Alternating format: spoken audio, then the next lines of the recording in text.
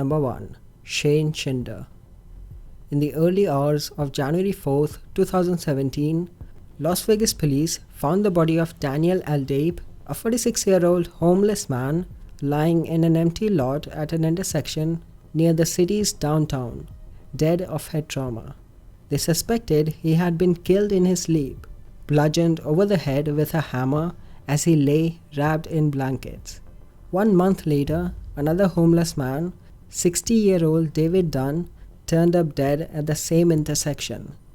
He too was likely sleeping when someone struck him repeatedly in the head with a hammer. Detectives were worried that both men were victims of thrill kills, random slayings carried out solely for the rush of taking another person's life. Another homeless man was assaulted months later, but he survived the attack.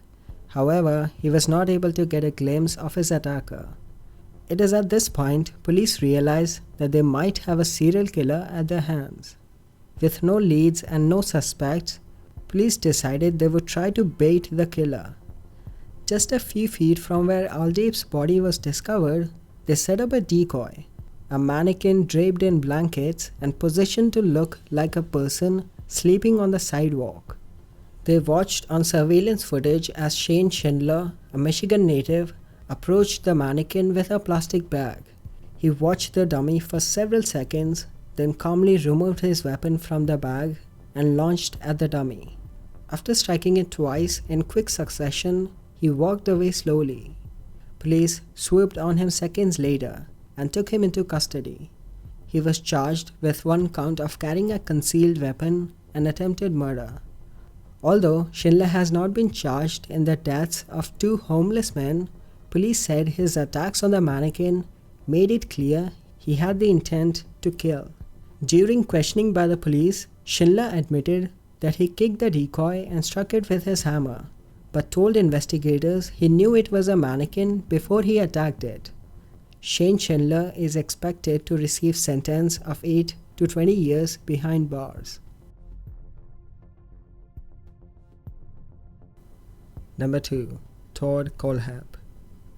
On November 25, 1986, 15-year-old Kohlhepp kidnapped a 14-year-old girl in Tempe. He threatened her with a .22 caliber revolver, brought her back to his home, tied her up, taped her mouth shut, and raped her. Afterwards, he walked her home and threatened to kill her younger siblings if she told anyone what happened. He was caught and charged in 1987 and served 14 years in prison. In August 2001, Kohlhepp was released from prison after serving 14 years and moved to South Carolina, where his mother was living. On November 6, 2003, a customer found 4 people shot to death inside Superbike Motorsports, a motorcycle shop in Chesney. The victims were identified as owner Scott Ponder, 30 years old, service manager Brian Lucas, 30 years old, mechanic Chris Sherbert, 26 years old, and a bookkeeper Beverly Guy, 52 years old, who was Ponder's mother. All 4 died from multiple gunshot wounds. Before Kohlhepp confessed to the shootings in 2016, investigators believed that a gunman, armed with pistol, entered the shop from the back and killed Sherbert as he worked. He then killed Guy in the middle of the showroom, Lucas at the main doorway, and Ponder in the parking lot. Fast forward to 2016, 30-year-old Kayla Brown and her boyfriend, Charles Carver, were hired by Kohlhepp, who was now a successful realtor, to work on his land. On August 31, 2016, they both went missing after they went to clean Kohlhepp's residence.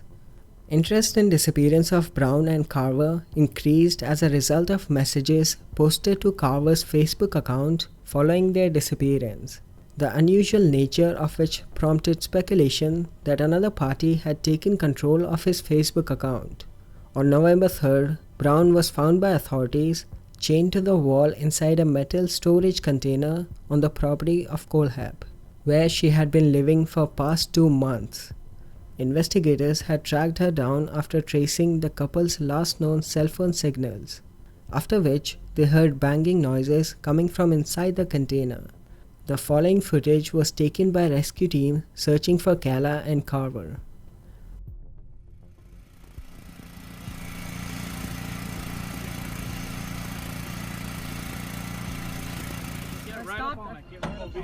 Yes. Pull that one first. All right, let them get ready. Ready?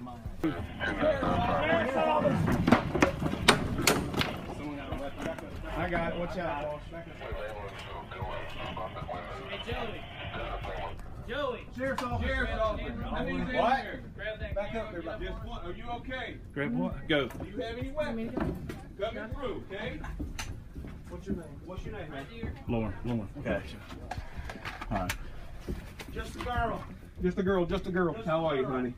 This is bolt cutters. This is our best. He's a paramedic, sweetheart. Oh yeah. Okay, we're gonna get you out of there. Okay. Just hang loose for me. Anybody got? I need a handcuff key. Handcuff key. I got it right here. Hold up. Y'all slide back. Hold on. He's got a light. We got to take photographs. Randy, let me see your light, Randy. You can put your hands down, sweetheart. You're okay. We're here. Okay. Yes, sir. Y'all sit back for me. Light on or off? You're fine. We'll get the rest of it here. Let's get her out of here. We're getting bolt cutters, honey. Don't. You got pictures of the cuffs? No, hold on. Bolt cutters. Is both feet? Just one. Let me see. It's attached to a chain from the wall, Okay. and my neck's attached to the wall up here. Okay. All right, we're gonna get you out, sweetheart. Okay. You got a handcuff key. I got one's in my car. I got one's in my car.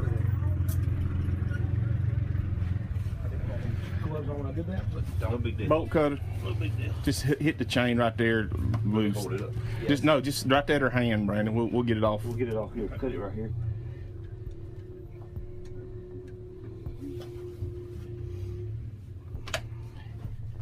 Do you know where your buddy is? Charlie? Yes. He shot him. He shot him? Who did? Todd Kohlhepp shot Charlie Carver 3 times in the chest, wrapped him in a blue tarp, put him in the bucket of the tractor, locked me down here, and I never seen him again. Okay. He says he's dead and buried. He says there's several bodies dead and buried out here, and he says that the dogs will be ruined if they go looking because there's red pepper.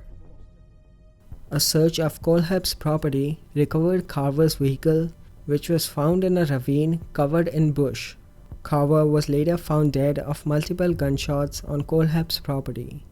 Subsequently, Kala revealed that Kohlhepp once dragged her to 3 graves on the property and said that she would go into one of them if she didn't behave. 2 more bodies were discovered on Kohlhepp's property following his arrest. They were later identified as husband and wife Johnny Joe Coxey and Megan Lee McCraw Coxey, residents of Spartanburg, who were reported missing on December 22, 2015. They were also allegedly hired by Kohlhepp to work on his property. Kohlhepp later confessed to the Chesney shootings and the murders of 2 people whose bodies were found buried on his property. Kohlhepp was charged with 4 counts of murder in relation to Chesney shootings and 1 count of kidnapping in relation to Brown's abduction. He was later charged with 3 additional counts of murder for the murders of Carver and the Coxeys, along with 1 additional count of kidnapping and 3 counts of possession of a weapon during the commission of violent crime. On May 26, 2017, Kohlhepp pleaded guilty of 7 counts of murder, 2 counts of kidnapping, and 1 count of criminal sexual assault, and was sentenced to 7 consecutive life sentences without the possibility of parole. Number 3. The Dnepropetrovsk Maniacs. Sayenko, Suprinyok, and Hansa were all born in 1988 to wealthy, influential parents and attended school together. Hansa had blood phobia, which Suprinyok suggested tackling by actually torturing and killing stray dogs. The 3 then proceeded to do so, and taking pictures of them standing beside the corpses. After graduating high school, Sayenko and Hansa went to their respective jobs, while Suprinyok, officially being unemployed, became an unlicensed taxi driver.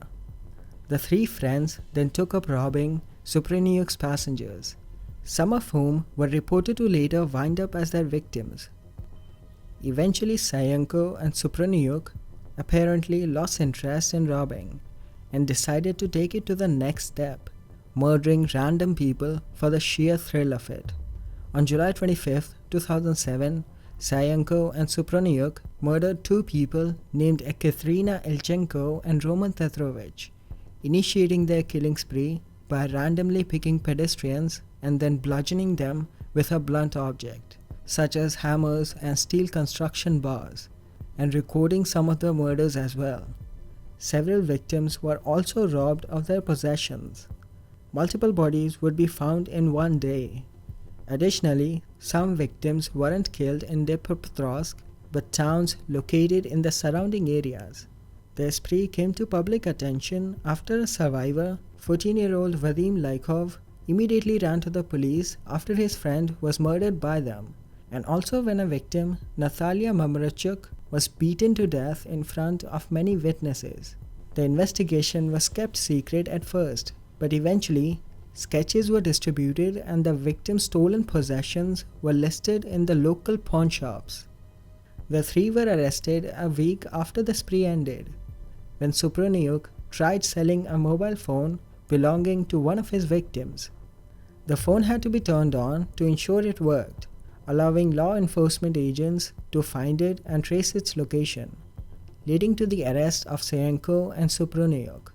Meanwhile, authorities invaded Hansa's home and arrested him, but not before he managed to erase the information on numerous stolen mobile phones he attempted to flush down the toilet. It was revealed during the Maniacs trials that they had filmed several of their murders, one having leaked to the internet and apparently gone viral. The video came to be known as 3 Guys, 1 Hammer and is around 4 minutes long.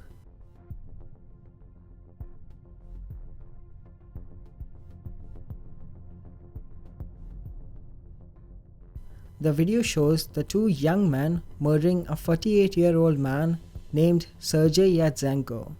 He is bludgeoned in the face with a hammer repeatedly.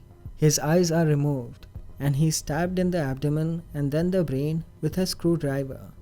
The two are shown discussing the murder calmly, and one expresses surprise about how the man was still breathing after the screwdriver was plunged into his exposed brain.